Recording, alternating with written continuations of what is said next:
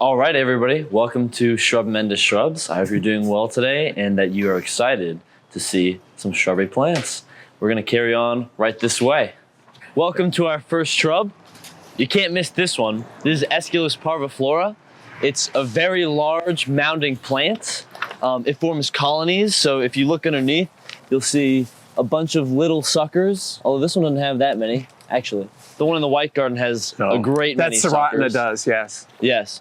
This guy will flower for the next 2 or 3 weeks. You'll notice we cleaned up in here actually because there was a wedding in the boxwood collection last week, so everything's a little neatened up. We were a little surprised by that one. But this plant is a shade lover. It takes part to full shade.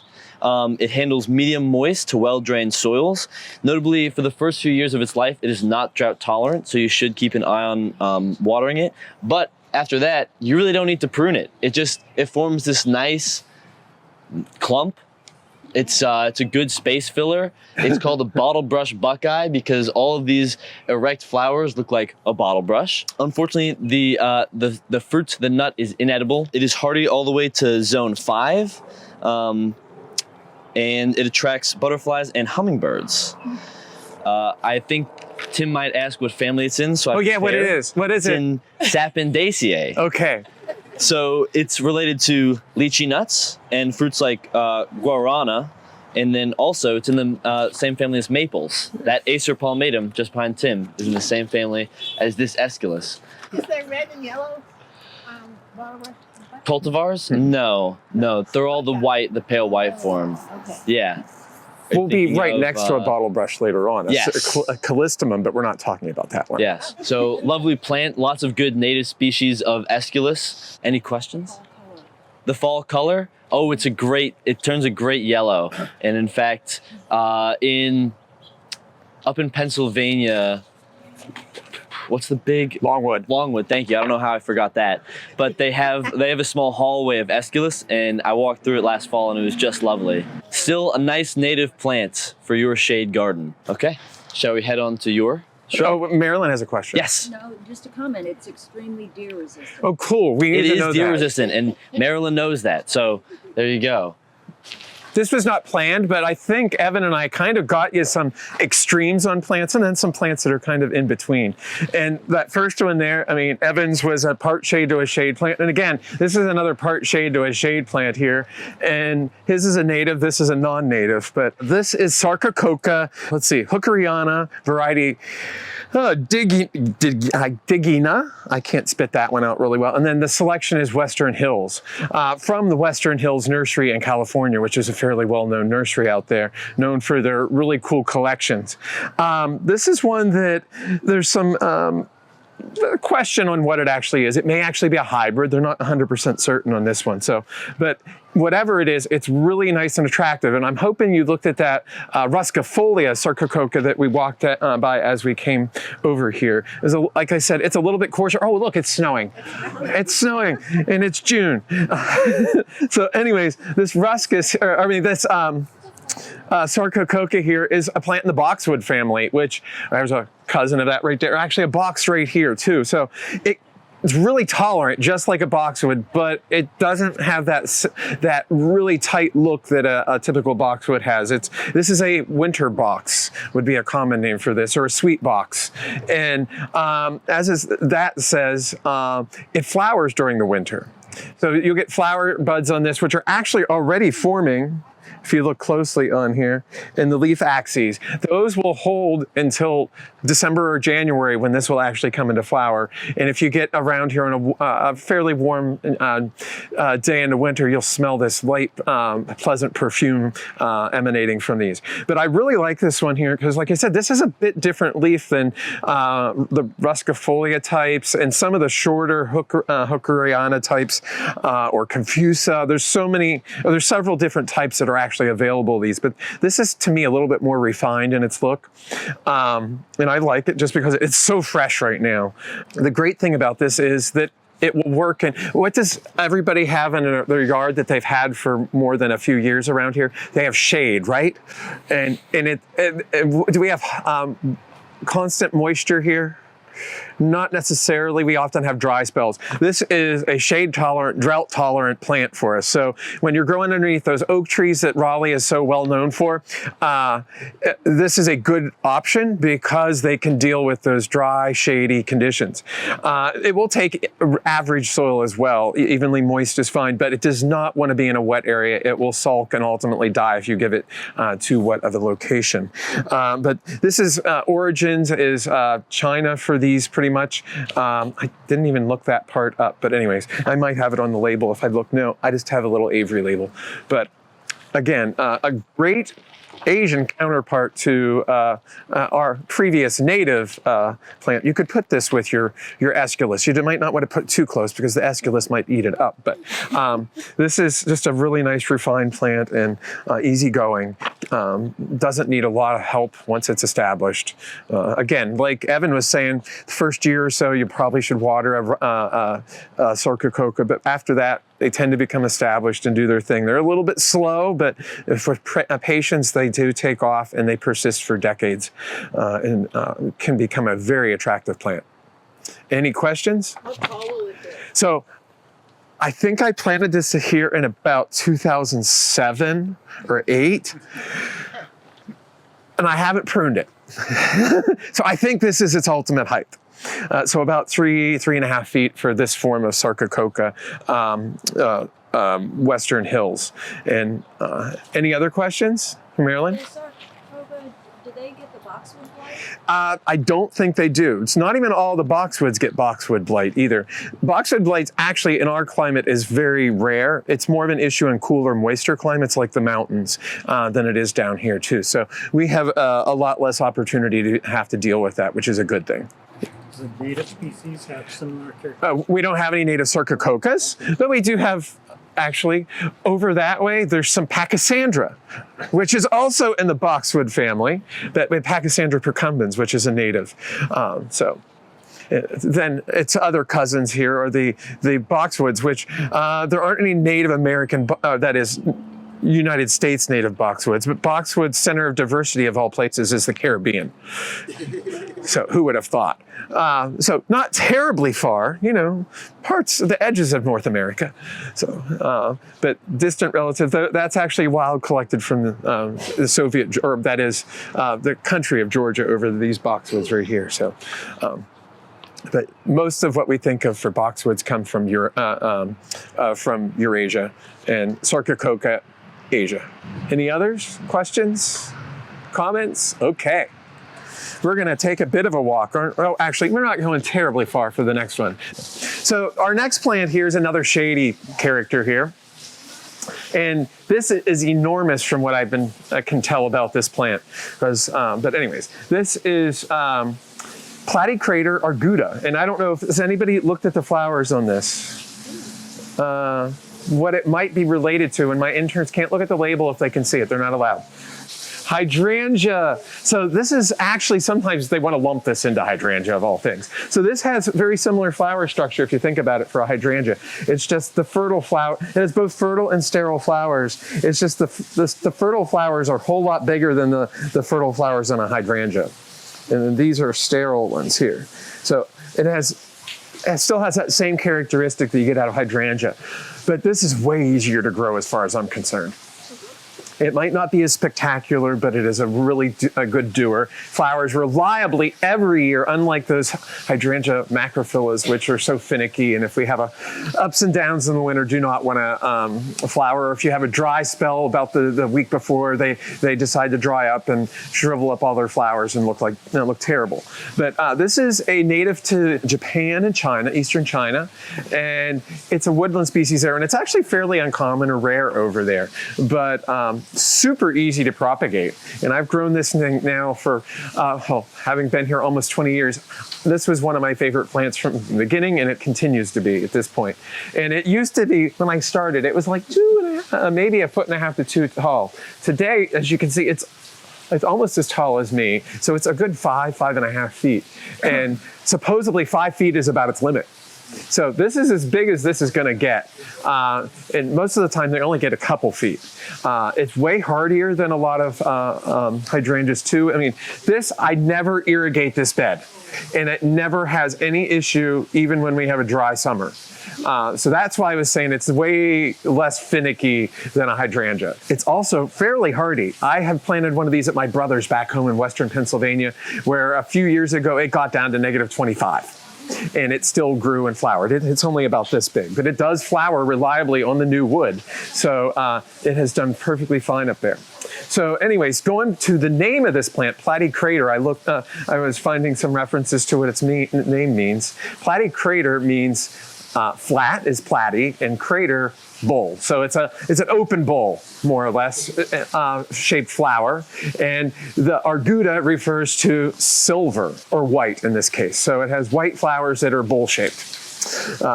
And that's where that name comes from. But easygoing plant, like I said, not finicky whatsoever.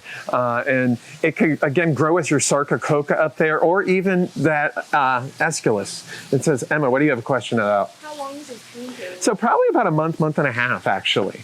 But the flowers are pretty delicate looking. If you look at the fertile ones, they're very thick. The actual, I think they're actual petals on these. They have 4 petals. And then you have lots of stamens and a couple pistils in there. And when the buds are just about to open, they look like little balloons. So it has a really cool look to it. But the individual florets, or fertile florets anyways, are way bigger than that of a true hydrangea. But the sterile florets are very similar in some ways. It's just they're not as big mop head, or even a lace cap for that matter. So it's just a totally different, more delicate look to it, but it's a really good hardy plant as far as I'm concerned. Any questions about the Platty Crater arguta? Evan? Is it golf cart resistant? It appears to be, because we run by this all the time and it gets brushed here. So you can see a little damage here, but we run by this poor thing all the time with our equipment, and it still survives. Yeah. Any fall color? I think it theoretically can be yellow. There are some forms. When I was looking up, it's a larger flowered form that Nurseries Caroliniana, I think, actually has. And it is known for its yellow foliage. So this can have yellow foliage in the fall. Any others before we head to the much hotter, drier regions of the Arboretum? Okay, hearing none. We're going to follow Evan now. Okay. Smells like bananas. This is Lomatia Miraides behind me. You may notice there's a couple bees. This is a very pollinator-friendly plant. Our bees love it. This is a relatively rare plant. It's from Australia. The family is Proteaceae, which is an Australian family of plants. I'm not sure if we have many other plants from that family. They have some very interesting flower forms. This one here, it has ivory-colored flowers, and they're nice reflexed. They're very dainty. You could say elegant. And then do you know how old this one is, Tim? I think I planted it here probably in 2008. 2008, so it's about 17 years old. It's grown very nicely. What's interesting about this plant is that you do not want to fertilize it. It's almost allergic to phosphate. It's like poison to it. It doesn't need much at all. As you can see, it's being grown in this permatil. It's extremely drought tolerant, and even being from Australia, it is hardy down to almost 0 degrees Fahrenheit. It was first grown in the Pacific Northwest, but recently it has been available from Nurseries Caroliniana if you're interested in this plant. So yeah, full sun, low water, handles the summer heat here just fine. It's got a multi-trunked habit, so I think it requires very little pruning to fill in nicely, and it arches over. So you could even do a little planting under if you wanted to prune off some of these bottom branches and plant underneath it. It's wonderful for arrangements. The flowers will last a good long bit. And yeah, I think that's the bulk of what I have for this plant. That's a sun lover. Yeah, sun lover, big time. Planted in full sun. Yes, Marilyn. Fragrant? Is it fragrant? Yes, it has yes, thank you. It has a very faint perfume that's all the surrounding area, you're getting that nice little effect of it. And it's got plenty of nectar as well, as you might have guessed. Can you do any propagation on it, or? I would imagine any softwood cuttings. They're actually pretty easy to root. Yeah. It's very uncommonly grown. And this is perhaps my first time noticing this plant is when I walked around to look for shrubs. And I was like, well, you could hear it before you see it with all the bees. I was like, well, that's a winner. Yes, Marilyn. Evergreen? Is it evergreen? I want to say yes. I didn't write it down. Yeah. Okay, yeah.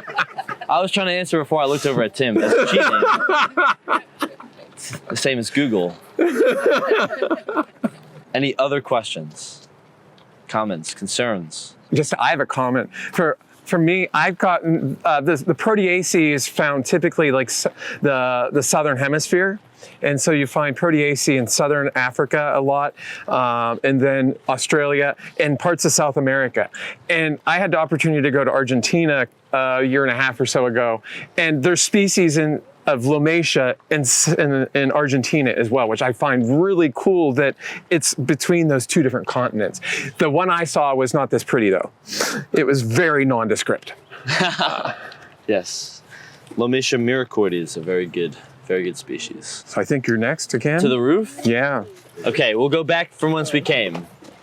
This right here is Narium Oleander, hardy pink.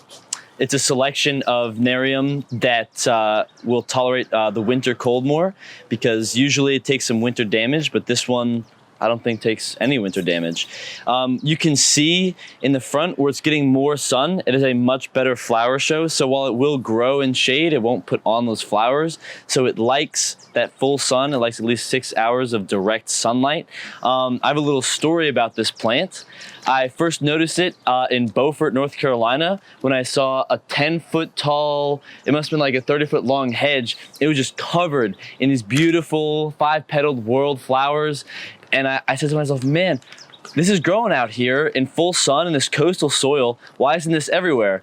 And then it's because every part of it is poisonous. So it cannot be eaten, but that also makes it deer resistant. So it's a largely pest-free plant because anything that bites into it will die. The family is Apocynaceae, a very poisonous family. So your milkweeds, your vinca, your Trachelospermum, Amsonia, even carrion flower in the jungles. So that's all those kind of whorled 5-petaled flowers that you might be able to see here. It'll flower all summer. And then it takes the poor soils just fine. It can take medium moisture all the way to well drained. It is drought tolerant. It grows very rapidly in full sun, and it's been known to put on 1 foot or 2 of growth. The straight species will get up to 18 feet tall in some cases. I think usually it only gets to about 12, and I think this one will get 10 feet tall for the hardy pink. It flowers on new growth, so if you're going to prune it, which it doesn't really need, you would prune it after you flower. Yeah, another great plant that I will probably be putting in my yard once I have one. Any questions about Narium Oleander? Is it native? No. Thanks, Tim. Evergreen? Evergreen, yes. Where is it from? I'm going to say Old World.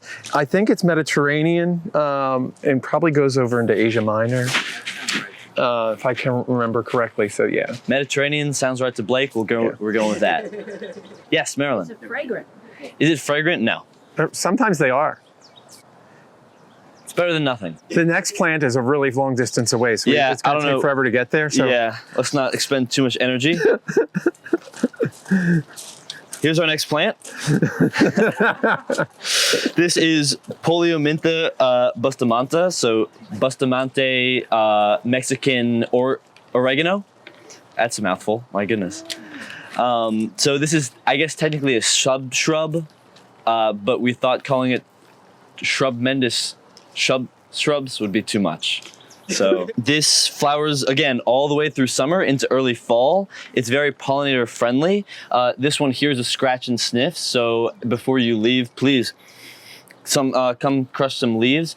It's used in cooking. It's very similar to oregano, and I've heard it has a nice flavor. I have not used it yet, but I'm living back here behind the Arboretum, so maybe even tonight, I'll be making sausage and peppers. Maybe I'll throw this in. It's hardy to zone 8, so meaning it may die back to the ground in cold winters. The Super Cracker cultivar is available at Plant Delights. That is a 4 foot tall, super dense and high flowering one.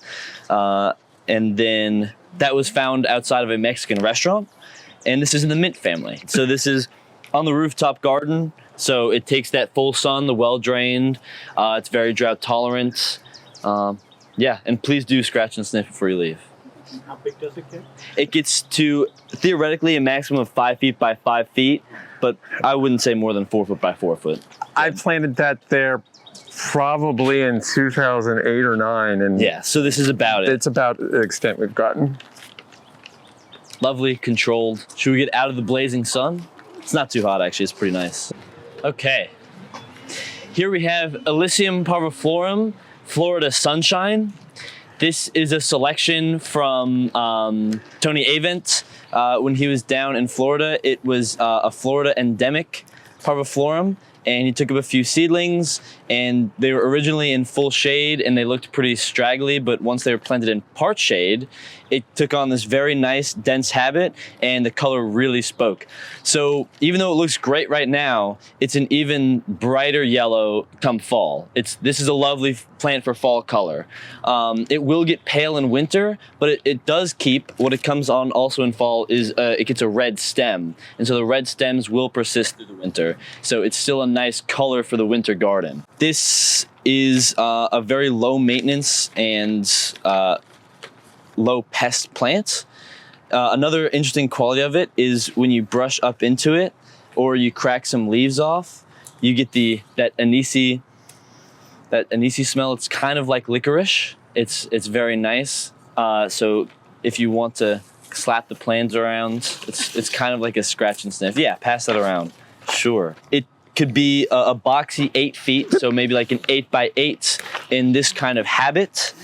It's a relatively slow grower, and it is not drought tolerant, so it does like a richer soil. It's nice to have some shade during the winter months because it will get leaf burn. If all the trees above it are deciduous, it could take on some leaf burn. It's pollinated by flies. It's in an odd family, Schizandraceae, with Schizandra and Cadzura. So it's only a 3 genera family. I'm glad I'm not a taxonomist because I would confuse myself every day.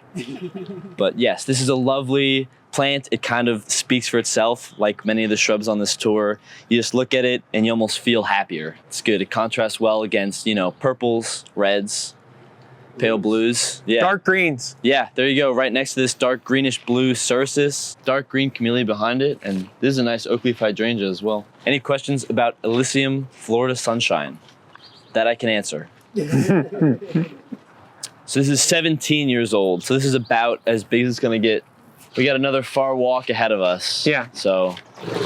Okay, so the next plant is right beside me now. This is Aloia Gratissimma, Gratissimma. So this is in the verbena family, or what used to be verbena family, now lumped into the mint family. So anyways, this is a cousin of the lemon verbena, which is Aloia citrosa, I believe, if I remember correctly. But this doesn't have that fragrant foliage, but this has a lightly fragrant flower, and it doesn't flower for very long. So you don't get to appreciate it for very long. It just starts in late April and goes till November. October, November, somewhere in there. But the great thing is it's producing seeds all through the season. It can self-sow a little bit, but the benefit of these seeds that it has are that goldfinches adore these, and some other birds too. But this is actually a native, again, from it has a pretty wide distribution. It ranges from the southwestern United States, so Texas and Arizona, maybe a little bit of New Mexico, the whole way down to Argentina and Chile. I actually have seen this grow growing in Buenos Aires. But this selection is probably one that actually Patrick McMillan made. Great plantsman and naturalist, but he collected this in Brewster County, Texas, several years ago, in the part of the Chihuahuan Desert there. So it's very drought tolerant, and it has a super long flowering period. It's semi-evergreen here for us, and so you have something here all season long. It has this light or fine leaf texture, and the flower in seed pods give it an even finer look. So it's just a really cool plant for that purpose. It gets about 6 to 10 feet tall long term. It's low maintenance. The only thing is, like I said, you might have to pull out a few seedlings and share them with some people. But great white flowers, and I did pass at least a little piece around. It does have a light fragrance to go with that as well. So, but like these are the fresh flowers up here, and then you can see all the seeds. This is all this year's. So, like I said, it doesn't. It's profuse actually, but it's still decorative when it's past flowering on the branches that have already flowered, but it will continue to throw more as the season goes on. Very easy to grow, and like I said, low maintenance, no water once it's even remotely established. It's fine with to be left alone. Give it full sun, light shade at best, and it will be happy and content. Any other questions? Any questions? The yellow flower behind me, that is a cestrum or a cestrum. That's cestrum parkii and lemon peel back there, which is probably a parkii itself. Those are also some good shrubs. They are South American in origin, and they are in the, what family, interns? You eat a lot of things in this family, and they're often toxic though too. It's in the Solanaceae. The Solanaceae, the tomato, potato, eggplant family, Petunia datura. So yes, I have to quiz them. But anyways, again, that one's when it just doesn't flower for too many days. It's depressing that it only flowers from May until November. And again, it does like to self-sow, but especially when you put two clones next to each other that are different. So anyways, really good plant. It's one of those plants that smells of peanut butter, but Evan had to bring that up, so you got a bonus plant. So now, any other questions before we move on to the next one? Hearing none, it's Evan's job now. Ooh.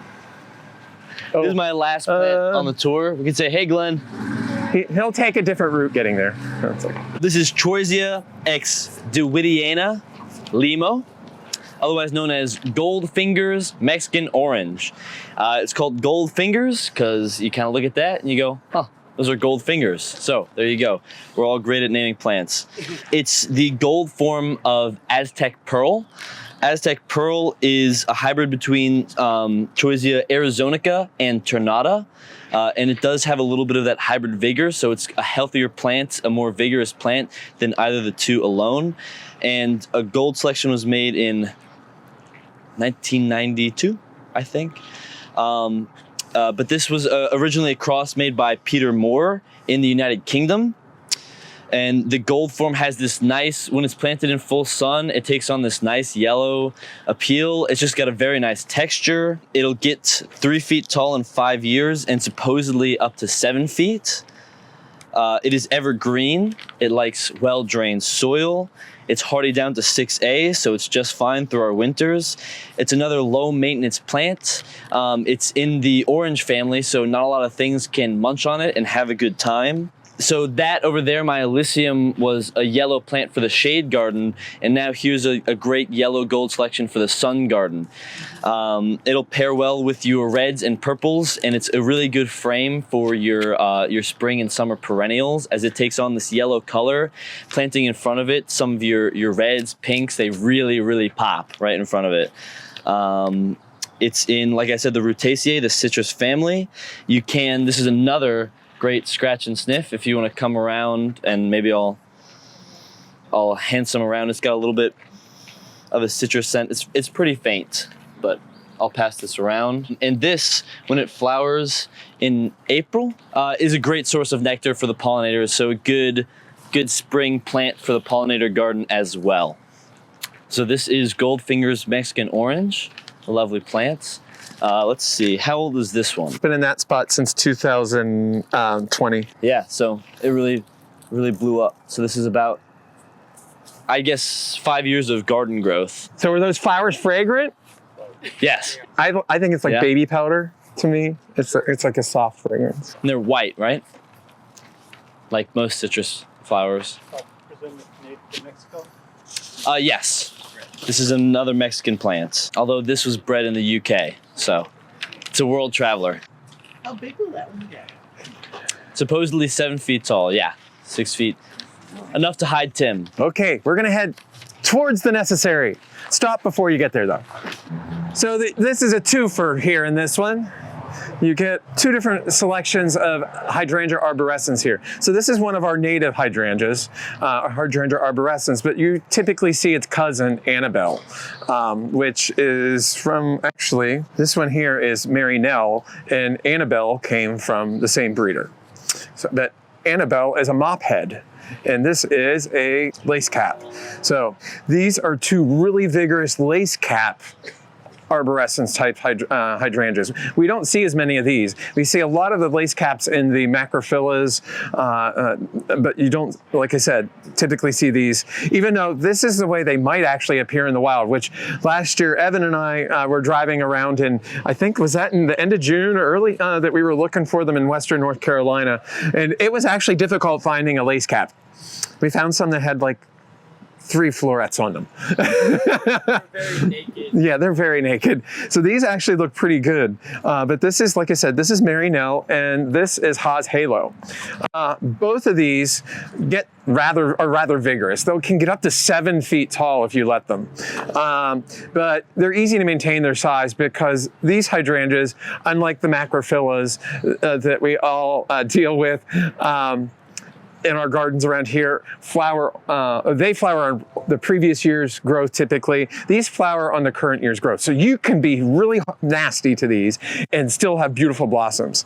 And so if you don't have space for a 7 foot tall plant, you can chop this down to just a foot or two and you can have a 3 to 4 foot tall plant. And it will flower beautifully. Actually, the inflorescence will be larger than these. They can get very large inflorescence when they are cut back. But being that these are lace caps, they're much more pollinator friendly. Those mop head type hydrangeas are not necessarily great for our pollinators because there's either few or no fertile flowers in there that have pollen and nectar on them. When you have the lace or the fertile or the sterile florets, that what we appreciate so much more on our hydrangeas. So as you can see, this bumblebee down here is just having a ball going through that one. Anyways, so both Haas Halo and Marinelle are just good selections if you want to get some of that different look. And a bit more height too if you're comparing this to most macrophylla, which tend to only be like 3 to 4 feet maybe on most of the modern selections. Again, easier growing. These also are a bit more drought tolerant than a macrophylla, which I call dehydrangeas, typically, affectionately, because they are so water hungry. These, not that to say that these don't want some water, these are much more tolerant of drying out periodically, especially once they're established. These are native in the eastern United States. They are very well adapted for us here. So unlike the macrophyllas, which are Southeast Asia or East Asian, China, Korea, Japan. Which, I mean, does have similar climatic conditions, but you know, there is some trade-offs from growing those. So easy going here, like I said. There is some slight variations on these. This seems to be the Marinelle's a little bit earlier flowering. The florets, the sterile florets are a little bit smaller than on Haas Halo. But I think there's more florets on the Marinelle. But again, some different hydrangeas to try, not just your typical mop head to have in there. And just a beautiful plant. I did not do anything to these this year. If I had cut them back, like I said, I would have gotten a totally different look. It might have fewer inflorescence, but like I said, you can get inflorescence that are almost up to 8 to 10 inches across on these instead of the 6 or so that you're probably seeing on most of these. Any questions about these different hydrangeas? They're deciduous. This is our native arborescens, and yes, very deciduous. Fragrance? Yeah, it has a fragrance. Whether it's pleasant or not, it may be up to the sniffer. To me, it's but the bees appreciate them either way. Minimal, I think, on our native hydrangeas. They're not the greatest for fall color. I won't say they don't have any fall color. But. Inflorescences change color as they age? No, they'll turn green.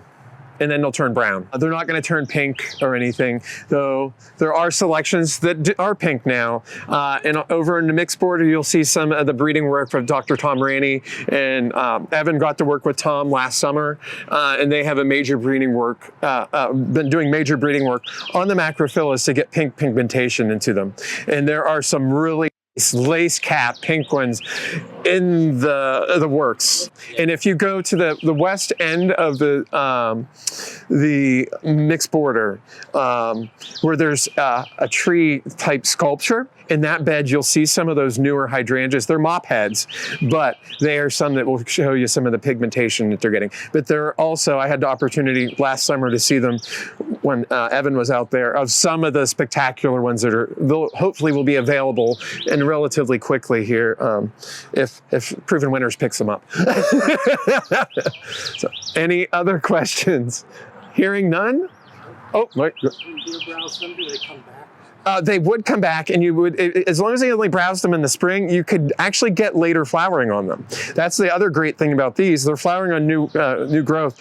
Theoretically, if you deadheaded these, you could probably get some secondary flowering. Okay, we are going to actually head just over here. So this is a new one for us. Are you ready? Okay, so let's see if I can spit the name of this out. Valinia Cormbosa subspecies angustifolia. I'm not sure if I got the genera 100% perfect, but anyways, this is another Southwest species. Actually, it's endemic to 2 counties in Texas, actually. But it's actually from the county that Aloisia was actually collected in, is one of the 2 counties. It's from Brewster County, Texas, in the Chisos Mountains of West Texas. And it's an evergreen shrub or small tree. You can get up 10 to 20 feet, really big ones up to 30, but I don't expect that here. Does anybody want to guess what family this belongs to? It's Rosaceae, though most rosewoods aren't Rosaceae from what I understand. So anyways, it's not when you're going to harvest for wood, but I don't know why they call it that. But it is in the rose family, and it's just a really cool plant. We've had it in the nursery for a few years, and I've been afraid to plant it, and I finally planted it last year. And I thought it's going to die this winter. No, it's fine. It's rated actually to zone 7. At least. In the wild, it grows for anywhere from 3,000 to 5,000 feet elevation in West Texas. So it's actually pretty fairly hardy, being from those elevations.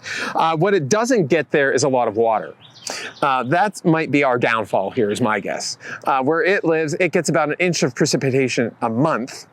Not so that that's 12 inches a year versus our 45 to 50 inches that we get here on a typical year. So that might be what causes its demise here. But if it does prosper here, this could make a really cool plant. I love the texture of it. The leaves on this, I didn't look at the exact distribution for just the straight. It's much wider. It goes into northern Mexico, over into Arizona, and in probably southern New Mexico and Texas as well, of course. But the typical form doesn't have a leaf this thin, and that's where the angustifolia comes from. So when you see angustifolia, it means it's thin-leaved. And supposedly the width of this leaf is typically about 1/20th the length of the leaf. So, and the leaves can be serrate. In this case, this one's very serrate or not have serration on them. And then in the late spring, early summer, it does flower with these white flowers, which is typical of the species as well. But I just think it's a really cool textural plant. Should be very drought tolerant. And I was saying about the moisture, where it's from, it's very dry. And being that it's in the rose family, what do roses get around here? Rosette. Not that. even black spot. That could be an issue. They're not quite sure because it comes from a dry climate where it experiences little humidity, where they don't have an issue with black spot. It may have an issue with that actually. They're not sure. So time will tell. And I just thought it was one to highlight and see if you want to keep an eye on this yourself over the next couple of years and see if I rip it out because it's dead or if it stays here and becomes a 30-foot tall monster. So anyways, we're going to find out, I think, one way or another here pretty soon. So come over and look at the inflorescence. There are some, here's one, it's a little bit past, and then there's some others that just have some fresh flowers opening on them. So you can see the resemblance to the rose if you look very closely there.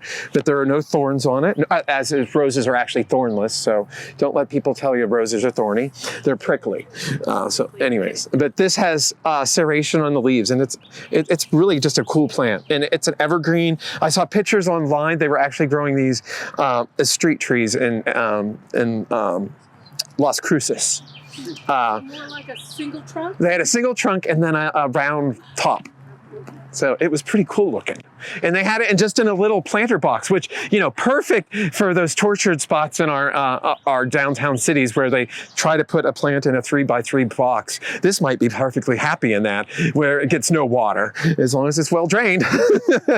Who knows? It could be the next plant for downtown Raleigh on, instead of the oaks. When they try to put a willow oak into one of those 3x3 boxes. And the whole street lifts up. But anyways, so we'll see what happens with this one. Any questions for the Chisos rosewood? Okay, so the next place is kind of an amalgamous area over here. Here's one that'll turn into a shrub or a tree. Okay, it looks like most everybody's here now. So our last group here, this is one actually, Evan said, how about a butylon? We were both wanting to do a butylon, and he actually said ruffles. And so I said, I was already thinking of that. It's mine. No. So anyways, ruffles here, I didn't look up its total origins or anything, but this is one of the Megapotamicum selections, which we grow a couple different Megapotamicum butylons, or Calianthes is a new genus that they want to put the most of our butylons in, and we haven't gone that way yet, but you'll sometimes see that now if you search online. But this is a butylon Megapotamicum ruffles, and it's been a great plant for us, as well as its cousin that we have little imp over at the Necessary. If you go over there, we've been growing that one for probably 25 to 30 years. This has only been for about 6 or 8 years we've been growing ruffles. Behind Blake over there, there's another Barkley something or other. And right here we have one that's a little bit less vigorous, but a very upright growing, or a little less hardy, I should say, but upright growing one called Voodoo, for instance. There's a lot of variation in these butylons, and I would consider them more of a sub-shrub for us here, but the Megapotamicums are the hardiest, I would have to say, of these, and form pretty reliable plants unless we get down below 5 degrees Fahrenheit. And at that point, they will die to the ground pretty much. Voodoo will die to the ground if we have 10. Even a little bit warmer than that sometimes. So, but great plants for the partial shade to sun. They don't flower for very long. You know, again, they're only flowering like on the Megapotamicum selections, only, you know, from April until December.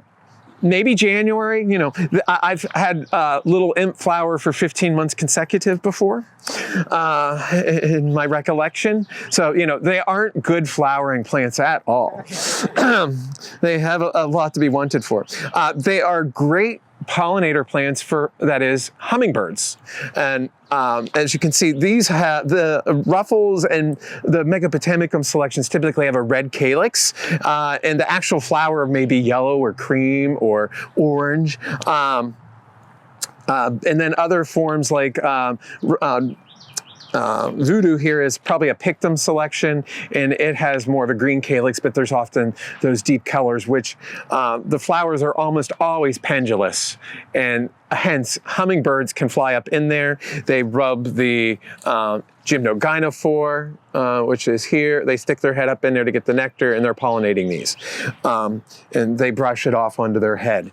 But without having to land. So they occur in South America for the most part, though there are some species probably range up into the Isthmus, Central America as well. But Abutilon has a much wider distribution than that. But those are where this type typically originates.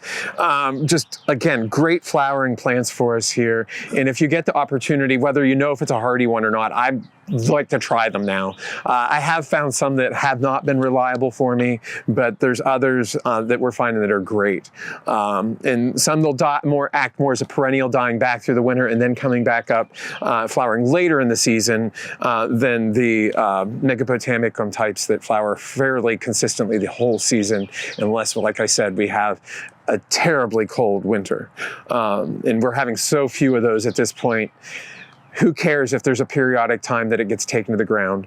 If you have to, you can just cut this off to the ground. It will reflush and refresh it.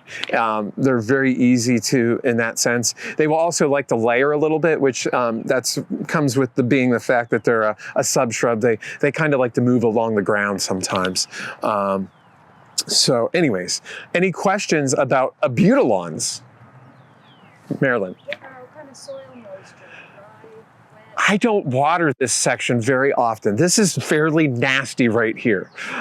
In front of the necessary, I never water, and there's no irrigation there. Once they're established, they're pretty resilient plants. I won't say that they don't want some added water, but they are pretty resilient as long as they're getting part shade. Full sun, they're gonna want some supplemental water if we do have an extended dry period, but they will typically survive. They often do their most flowering in the spring and fall, with some a little bit of a lull during the summer months, but there are typically blossoms on them that whole period despite that.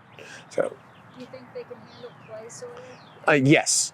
I have them in clay soils here. That was a question, was whether to take clay soils. Yes.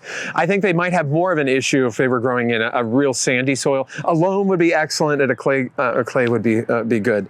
Sandy, they'll need extra food and extra water because those soils are rather prone to drying out, as well as the nutrients do not persist that keep them going and flowering. Well, a clay soil is excellent for nutritional content. They tend to be very rich, and so you need to do very little in the way of fertilizing if you have a clay soil. Anybody else? Okay, hearing none, I think this is the conclusion of our tour. But oh wait, Evan wanted to do a bonus plant. Bonus plant right over here. I think this, the Acalypha, this red mounting stuff might have eaten the tag for this Hypericum. It's red. It's Hypericum red. Hypericum red. Yeah, it's a really catchy name. Brilliant. So Hypericum, great plant. We've passed two gorgeous ones on our tour today. And so I was itching to give it some love because Hypericums deserve the love. It's this brilliant yellow flower that you see, and then it turns, are these the buds or the fruit, Tim? Those are the fruit. Those are the fruit. I thought so. I just wanted to confirm. So that one's used often for the cut flower industry. Right. So after it gets the beautiful yellow show, it stays red for a couple of weeks with those berries. And it's brilliant. It's a happy looking plant. Makes me smile when I pass by it. So I figured I'd highlight it here today. There's a lot of good Hypericums. I personally like the ones that stay woody and get a little larger. But St. John's wort is the common name. And they are great plants. Part shade to full sun. Full sun. Yeah. I mean, there's annuals, perennials, small shrubs, and actual tree species of Hypericum. It's such a diverse small tree in genus. the rain garden. So the tree type ones are more like tropical Africa. Yeah, and they don't flower well for us here. No. But yeah, so all the shrubby ones are my favorite Hypericums. Is this one native? Is it native? No, but it is pollinator friendly. There's lots of native ones, but this is not one of them. This is one of the European species. Okay. Well, if that's all, thank you guys for coming on our tour. I hope you had a great time on Shrub-mendous Shrubs. And yeah, your questions were appreciated.